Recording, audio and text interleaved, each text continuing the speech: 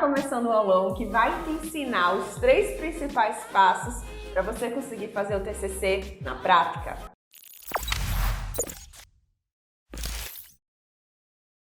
Então eu peguei o conteúdo de uma semana de aulas e condensei nessa única aula gratuita para que você pudesse se direcionar e realmente ter aí uma luz nesse período que você está passando, que é fazer o TCC. Então, vamos começar? Atendendo a pedidos das principais perguntas que eu recebo, que são: como começo? Como eu consigo escrever tanto assim? Será que o que eu estou fazendo é plágio? Vai dar tempo! Então hoje a gente vai tirar essas principais dúvidas e eu vou mostrar exatamente o que é preciso fazer para conseguir entregar o TCC.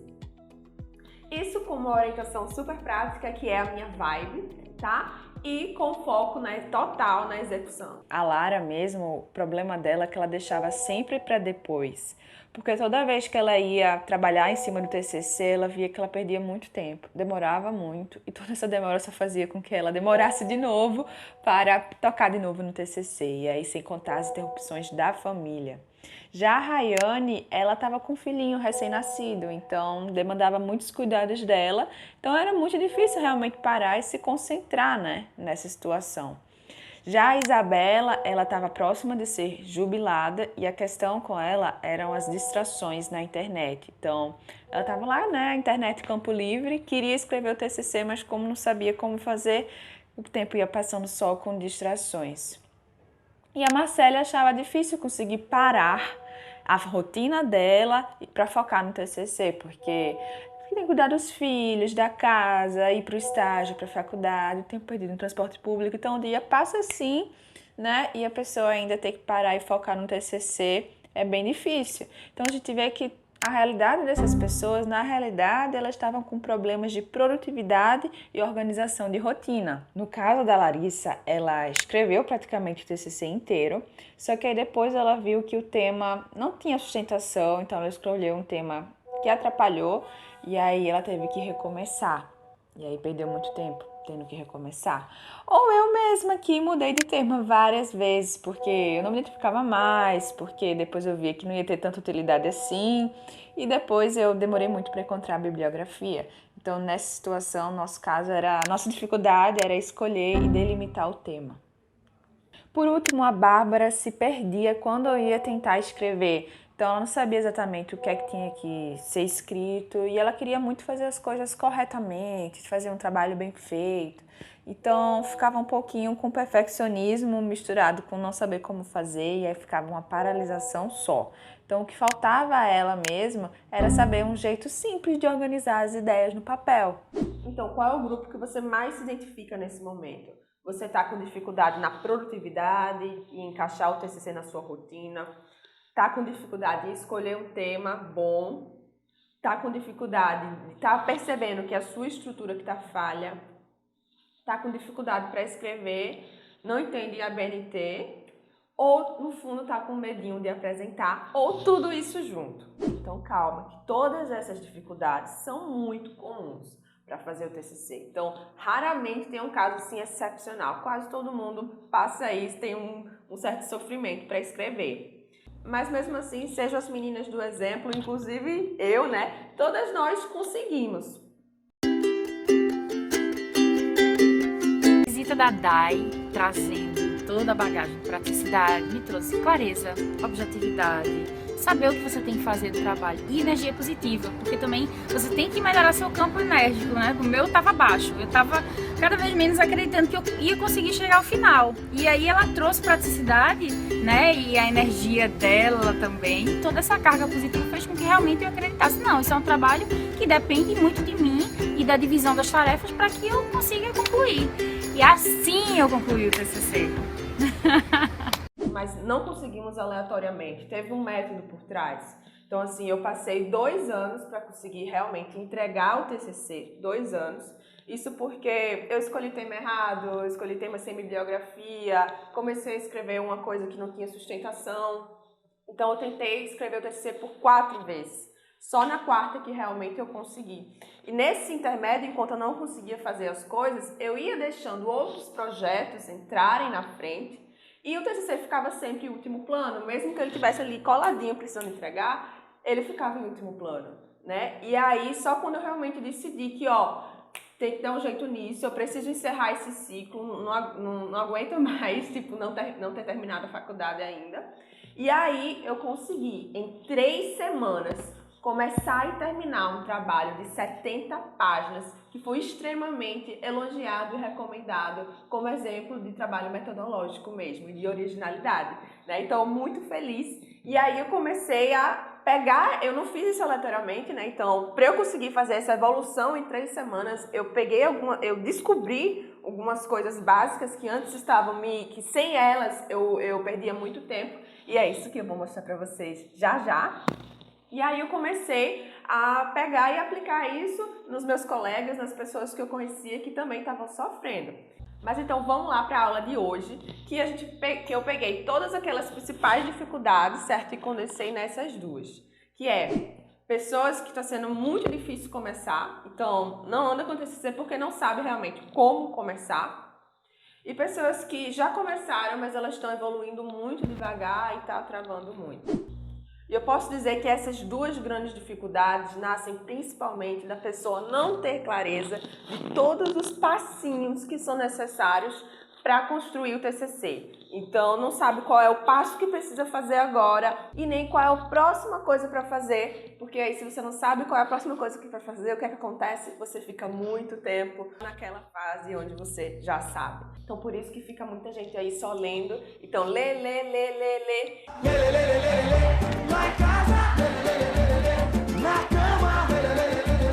E aí fica só lendo porque não sabe qual é o próximo passo. Então vamos mostrar agora como faz para sair desse lugar. E eu posso dizer que tudo começa com isso. Então é o seguinte, existem alguns passos primordiais antes de fazer qualquer coisa, principalmente escrever. O primeiro deles é que você precisa dominar a sua proposta de pesquisa. Então você não pode ter dúvidas com a base da sua pesquisa. Porque se você tem dúvidas com o que é que a sua pesquisa vai tratar, você vai ficar tentando escrever nada com nada. Sabe? Vai ficar tentando encher linguiça, porque no fundo você não sabe realmente a mensagem da pesquisa, ou o que vai tratar ainda, né? Então a coisa mais básica é isso, você conseguir realmente definir corretamente a estrutura da sua pesquisa, porque você vai ver já como tudo vai sair daqui, certo? Então vamos definir, tá? Então começa assim. Lembra que o meu foco sempre é muito prático, tá? Então não vou ficar me atendo a coisas teóricas e tudo mais. Então, se você quer ter os elementos do pré-projeto, que são a estrutura da sua pesquisa pronta, você pode começar assim. Então, aqui nesse exemplo, o tema é as redes neurais como mecanismo de detecção de vasos sanguíneos. E fica aqui e assiste mesmo, porque mesmo se você não é na área, é só para você entender como se faz. Então, temos esse tema. Então, a gente começa pensando assim, tá, o que é que tem errado nisso? O que é que deveria ser diferente? E aí você já pode pegar essas perguntas e aplicar aí no seu tema, né? O que é que tem de errado no contexto do seu tema? O que é que deveria ser diferente no contexto do seu tema? Então, aqui, o fato é que tem um método tradicional que visualiza os vasos, mas esse método tem uma margem de erro muito elevada. Tá? Isso é ruim, porque causa um prejuízo para o paciente, né? E aí você já vai ver os vários motivos, e também para o profissional, porque ele tem a sua credibilidade aí um pouco danificada, tá? E isso ainda afeta no preço, tá? Então, por que a gente deve se importar com isso? Porque outros procedimentos dependem disso. Então, por isso que causa prejuízo para o paciente, porque se tiver erro aqui, os outros procedimentos ou também vai sair errado, ou então vai ter que recorrer a outras formas para conseguir chegar lá na resposta e pode atrasar tudo e o paciente ficar lá à mercê disso, né? e que é justamente aqui, os procedimentos, e são procedimentos que são responsáveis pela rápida melhora. Então, se tem erro aqui, e aí tem que ir para outra coisa, como fazer uma tomografia e tudo mais, aí fica demorando muito, né, o resultado do exame para então poder ser tratado o paciente. E isso afeta no preço sim, porque se não deu certo no método, vai ter que encontrar aí um outro que vai tanto demorar como custar mais dinheiro, certo? Então, responda essas perguntas no seu tema. Por que que a gente deve se importar com essas coisas que estão acontecendo no seu tema, tá? E aí, então, a gente tem algumas hipóteses aqui, né? Que são coisas que a gente está supondo que é verdade. Mas vamos dizer, essa pessoa que me falou desse tema, ela que me disse isso. Eu não sei se é verdade, né? Tem certas coisas que a gente está supondo. Então, a gente está supondo que esse método tradicional tem margem de erro elevada, né? É uma suposição. A gente está supondo que essa margem de erro gera atrasos e gastos.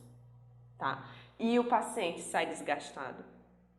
A gente está supondo que existe uma necessidade de procedimentos mais eficazes e menos custosos.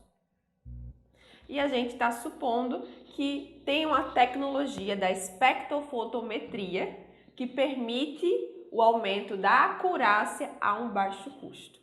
Então, tudo isso são suposições que na pesquisa científica a gente vai buscar dados que vão levar a confirmar essas suposições ou a refutá-las, tá? E aí, então a gente pode ver que,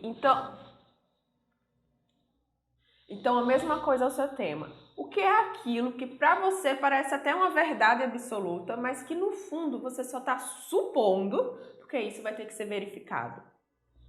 Então aqui a gente vai então para o objetivo principal, que nesse caso é apresentar as redes neurais como um mecanismo alternativo a outros métodos de detecção de vasos.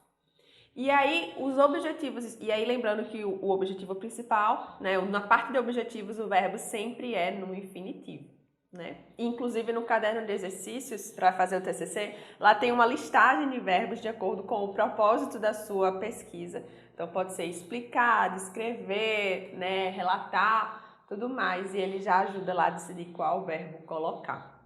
E aí os objetivos específicos basicamente são o passo a passo para chegar no objetivo principal, né? Então, qual o passo a passo que então depois que você colocou depois que você percebeu qual é realmente o objetivo principal da sua pesquisa, qual é o passo a passo que você deve seguir para cumprir esse objetivo principal? Então, nesse caso do exemplo, é discorrer sobre a técnica de vasos sanguíneos, ou discorrer sobre a detecção de vasos sanguíneos, apresentar como os vasos sanguíneos podem ser visualizados, os vários métodos, explicar o método de detecção pelas redes neurais, tá? Então, esses são os 3 passos: discorrer sobre a detecção de vasos, apresentar os vários métodos que existem e explicar somente o método das redes neurais. E aí a gente vê que das hipóteses, né, e dos objetivos específicos vai sair o sumário, tá? Então observa como o sumário ele veio desses dois.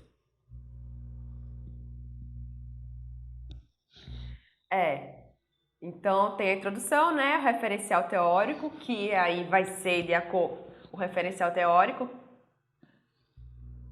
Então, tem a introdução e o referencial teórico, né, que aí na dúvida você tem que perguntar ao seu orientador quais das teorias que você estudou, dos conceitos que tem a ver com a sua pesquisa. Então, pergunta a ele porque ele está aí para isso, certo?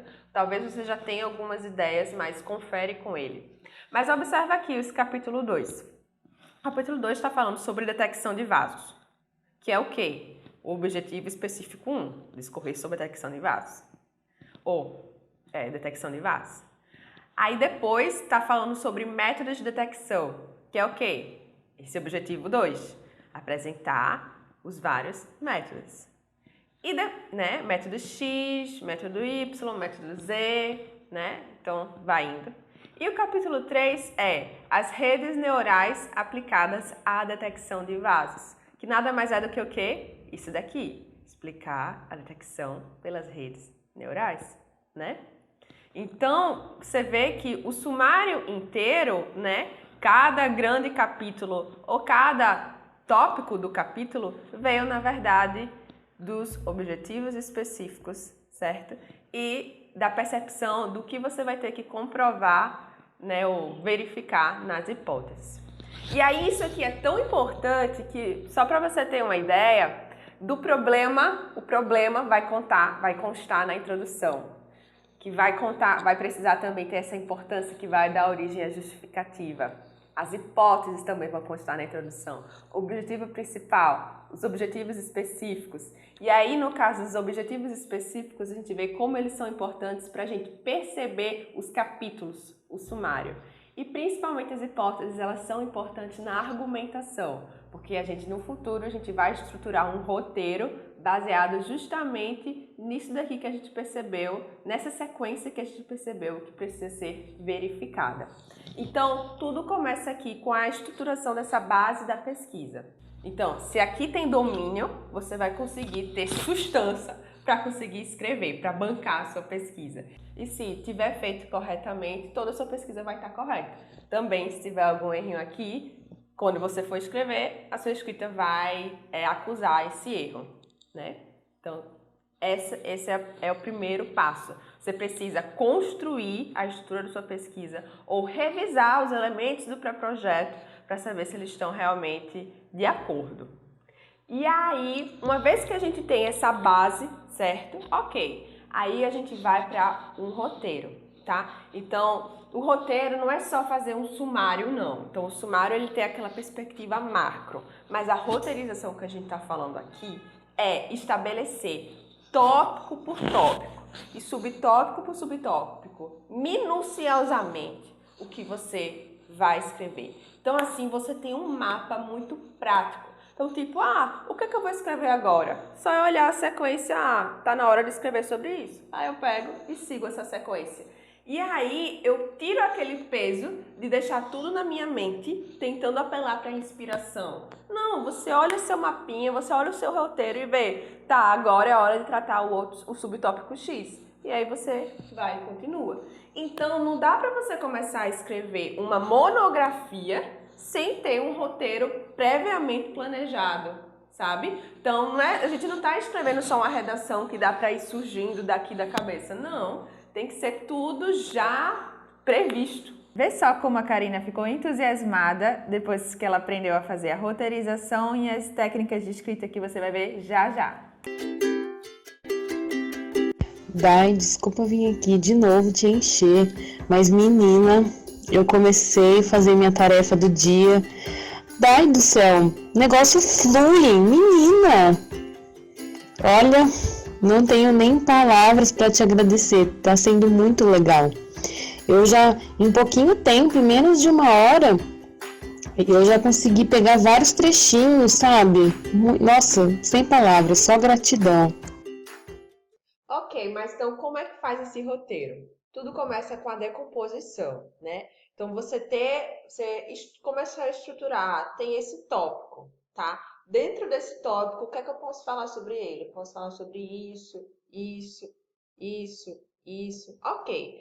Aí dentro desse subtópico, o que é que eu posso falar? Eu também posso falar sobre isso daqui, tá? Então, num exemplo prático, então, vamos dizer, as redes neurais e detecção de vasos, né, que é o nosso tema. Então, posso falar o que são redes neurais. Dentro de o que são redes neurais, quais são os autores que complementam aí esse conceito? Quais são os autores que divergem em algumas coisas desse conceito, né? Então, você pensa no tópico e dentro dele ainda posso falar sobre o que são autores complementares e autores que discordam, né? Então, por que isso começou a ser aplicado? Evolução de antes até atualmente. Como é que acontece o procedimento e algumas especificidades, né? Então, procedimento acontece assim, ok. Mas tem certos casos que vai ser dessa outra forma, né? Então é você ter essa estrutura de decompor mesmo, ficar pensando dentro do tópico, o que é que tem de subtópico, dentro do subtópico, o que é que tem de subtópico. Então a gente vai para o referencial teórico. Aqui é só um exemplo mesmo, tá? Então vamos dizer que tem uma corrente teórica 1, que a gente viu lá com o nosso orientador. Eu posso falar sobre o contexto do surgimento dessa corrente, né? Os precedentes e os precursores também, quais são os autores iniciais. Posso falar o que se afirma, né? Sobre isso que está sendo estudado.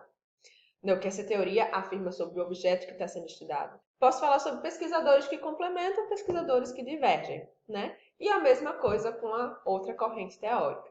Outro exemplo aqui, então a gente viu lá no sumário tem os métodos de detecção e tá lá o método X. Mas o que é que eu, no meu roteiro particular, posso traçar para mim que eu posso falar sobre o método X?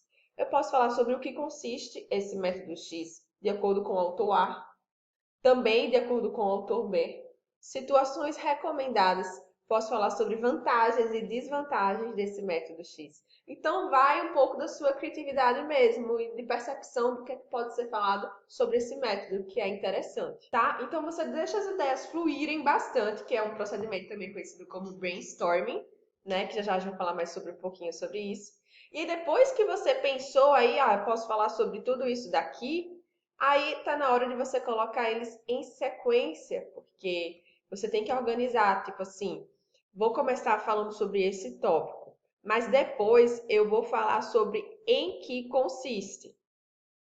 E só depois que eu vou falar sobre a importância atual, né? Então, você colocar em ordem, de acordo com na sua cabeça, o que faz mais sentido. Então, por exemplo, se a gente está falando sobre um conceito, então, por exemplo, se a gente está falando sobre o que é uma coisa, o que é que faz mais sentido? A gente começar com o que é isso, qual é o histórico disso,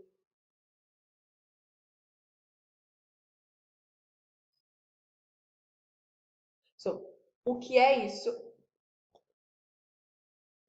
Então a gente pensar o que faz mais lógico. Então a gente começa, então a gente pensa, e aí e aí a gente coloca em ordem de acordo com aquilo que a gente pensa que faz mais sentido começar. Então, para mim, o que faz mais sentido começar? O que é falar sobre o que é isso? Então, para mim, o que faz mais sentido começar? Falar sobre o que é isso, como acontece isso e o histórico disso, ou falar sobre o que é isso, o histórico disso e como acontece isso. Então, é algo pessoal, mas tem certas coisas que fazem mais sentido, mas tem certas coisas,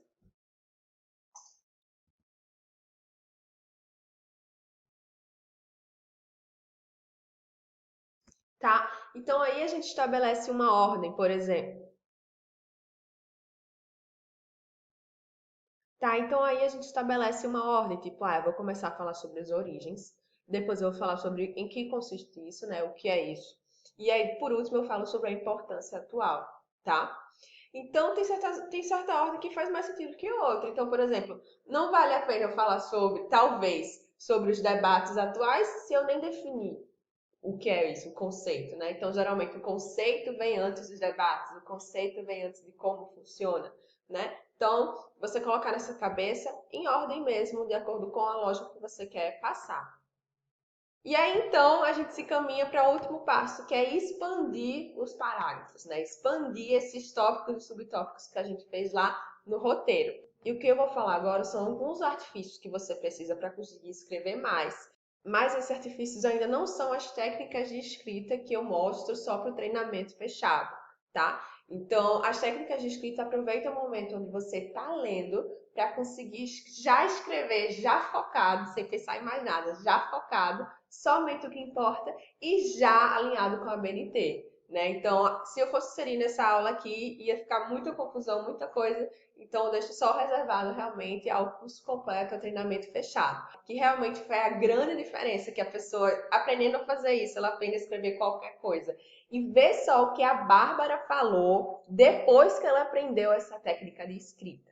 Com praticidade, eu passei a otimizar minha organização e tempo. Se antes eu gastava semanas para escrever um artigo científico, graças ao que aprendi com praticidade, no último congresso que publiquei, escrevi 2 artigos em 2 dias. A partir de agora, escrever vai ser basicamente preencher com argumentos, referenciar e fazer a conexão de uma forma coerente, tá? Então, como é que a gente preenche com argumentos?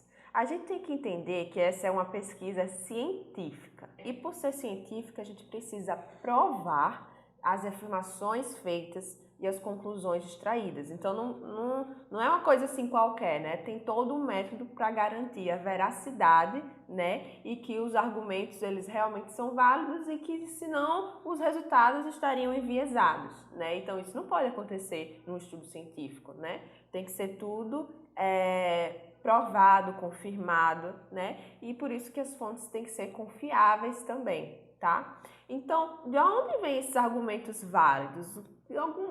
Me dá aí algum exemplo desses argumentos que eu vou preencher.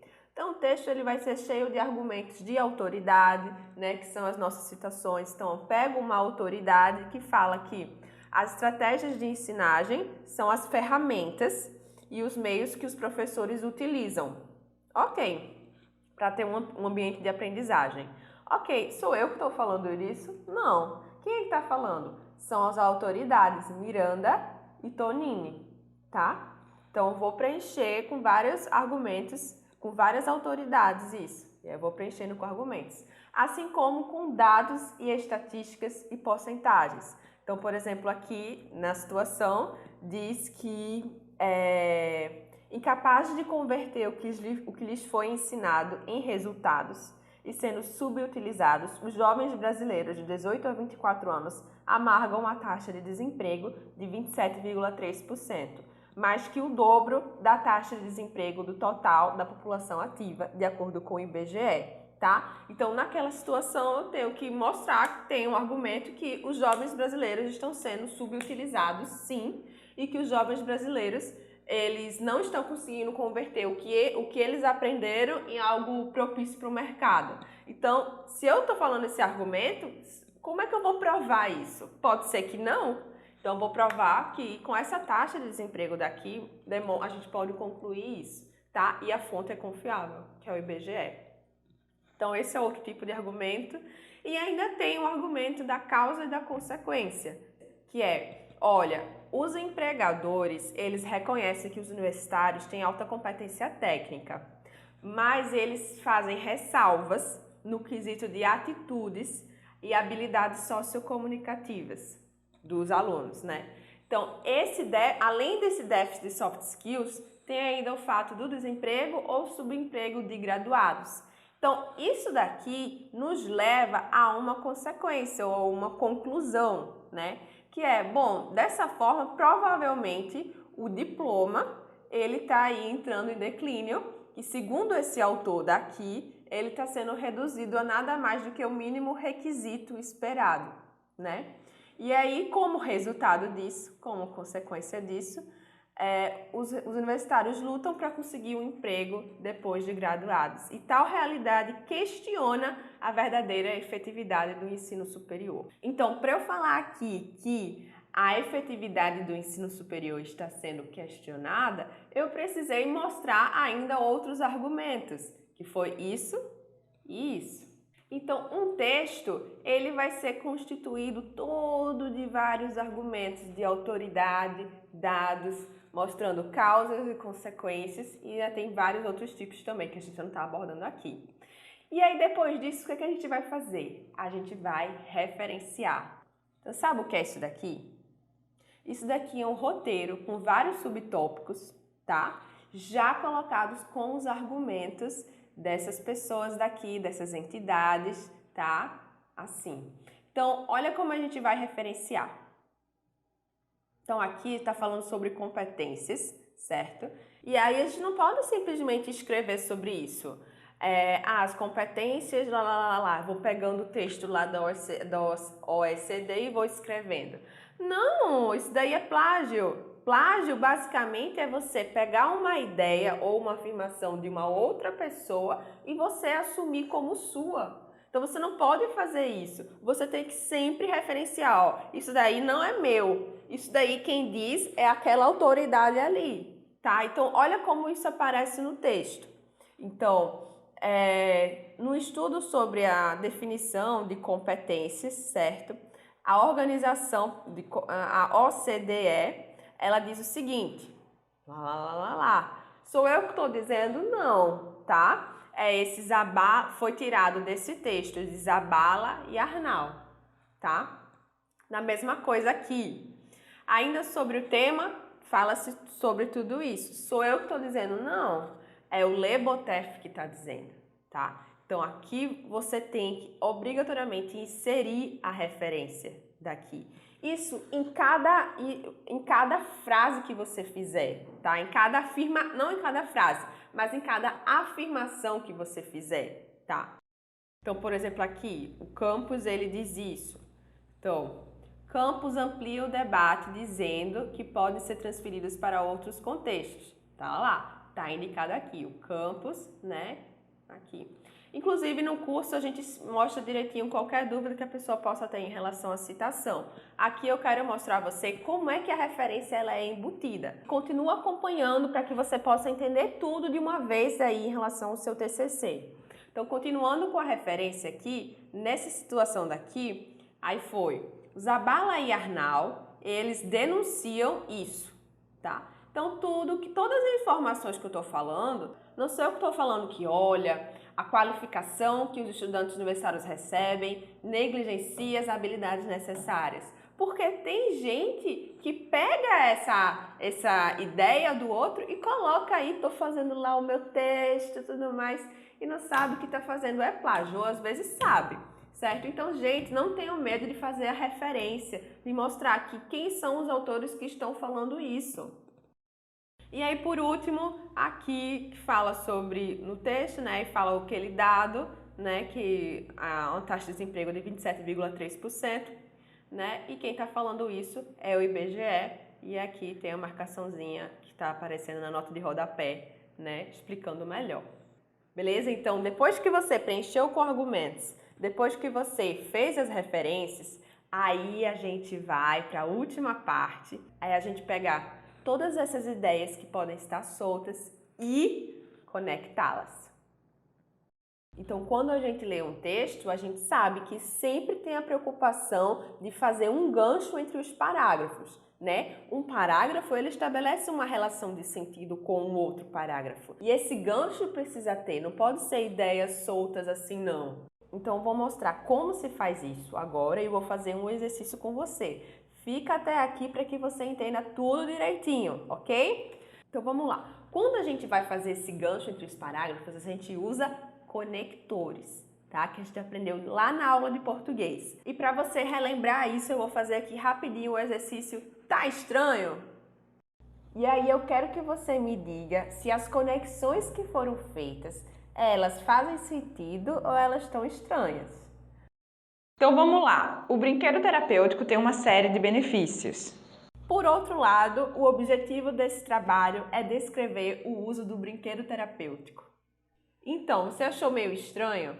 Porque justamente o conector não seria esse. Olha como ficaria se a gente colocasse de uma outra forma. O brinquedo terapêutico tem uma série de benefícios. Dessa forma, o objetivo desse trabalho é descrever o uso do brinquedo terapêutico na hospitalização infantil. Nesse sentido, o objetivo desse trabalho é. Assim, o objetivo desse trabalho é. Portanto, o objetivo desse trabalho é, né? E aí teria uma série de outros conectores que poderiam ser utilizados que fariam esse sentido de continuidade, né? Que tem vários benefícios. E aí, a partir desse cenário que eu falei, o objetivo desse trabalho é descrever.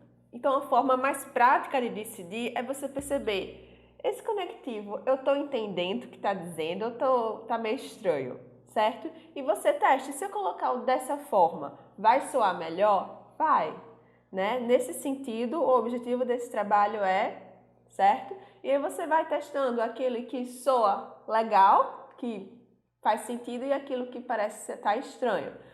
Outro exemplo, não existe exatamente uma metodologia para o desenvolvimento de competências. É possível, conforme, fazer uso de determinadas diretrizes. Então, tá estranho? Porque, na verdade, a pessoa queria dizer o seguinte: não existe uma metodologia, mas dá para usar algumas diretrizes, né? Então, poderia falar o mais, mas se for mais formal um pouquinho, contudo, dá para fazer uso de certas diretrizes. Por outro lado, dá para fazer uso de certas diretrizes. Em contrapartida, entretanto, então aí a relação era de adversidade, né? Então eu estou falando que não existe uma metodologia, mas, por outro lado, dá para usar diretrizes, né? Então essa relação aqui é de adversidade, contudo, por outro lado, e não de conforme. E mais outros 2 exemplos só para você ficar craque. A pesquisa foi realizada em uma instituição hospitalar pública. Contudo, essa pesquisa foi realizada com base nos aspectos éticos. Quando a gente fala isso, o que é que dá a entender? Dá a entender que uma pesquisa realizada no hospital público não atenta para os aspectos éticos. Então, essa palavrinha daqui mudou tudo, muda tudo, tá? Então, a pessoa não estava querendo dizer isso. A pessoa estava querendo dizer que a pesquisa foi realizada numa instituição hospitalar pública e ela seguiu aspectos éticos, né? Então, era um conector de adição, né? E aí poderia ser, além disso, essa pesquisa foi realizada com base nos aspectos éticos. Ademais, soma-se a isso todos esses conectores que realmente somam, né? Que é de adição. Mas é interessante que, às vezes, não é necessário só o conector. Às vezes, a forma como você muda as palavras, né, como você reestrutura o texto, transmite esse sentido também. Por exemplo, isso daqui poderia ser feito assim: levou-se em consideração os aspectos éticos. Tá? Então, você não usou justamente um conector, mas a forma como você mudou aqui, a forma como estava escrita, coube super bem no texto. Tá? E aí, o último, para a gente conseguir em todos os tipos de conectores, ou os principais, perspectiva essa que é detalhada no ciclo de aprendizagem de Kolbe. Soma-se a isso, a aprendizagem se distancia da concepção, enfim, né? E aí a pessoa, no fundo, ela não queria, dessa vez, somar. O que ela queria dizer era que, olha como muda. Perspectiva essa que é detalhada no ciclo de aprendizagem vivencial de Kolbe. Segundo o autor, a aprendizagem se distancia. Conforme o autor, conforme o ciclo vivencial, de acordo com... Então, a ideia era essa. E aí, a gente cumpre essa nossa parte, né?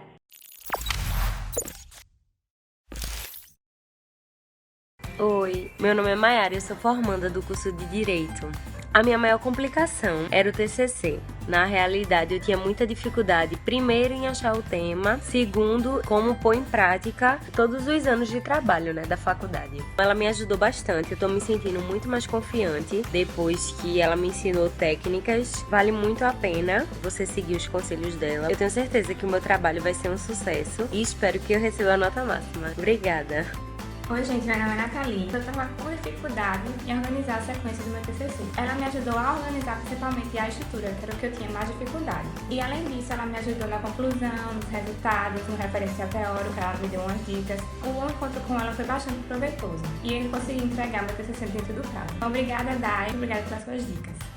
Dai, trazendo toda a bagagem de praticidade, me trouxe clareza, objetividade, saber o que você tem que fazer no trabalho e energia positiva. Você tem que melhorar seu campo enérgico, né? O meu estava baixo, cada vez menos acreditando que eu ia conseguir chegar ao final. E toda essa carga positiva fez com que realmente eu acreditasse, não, isso é um trabalho que depende muito de mim e da divisão das tarefas para que eu consiga concluir. E assim eu concluí o TCC. super recomendo o trabalho da Daiane. É uma profissional excelente, é um ser humano incrível também. Me ajudou muito, eu tava muito desesperada. Eu tava assim, não sabia nem por onde começar o meu TCC e ela me guiou. Eu fiquei extremamente apaixonada pelo trabalho dela e agora eu estou com vontade de pôr a mão na massa e fazer esse TCC acontecer de uma vez por todas. Muito obrigada, Dai, pela ajuda. Beijos!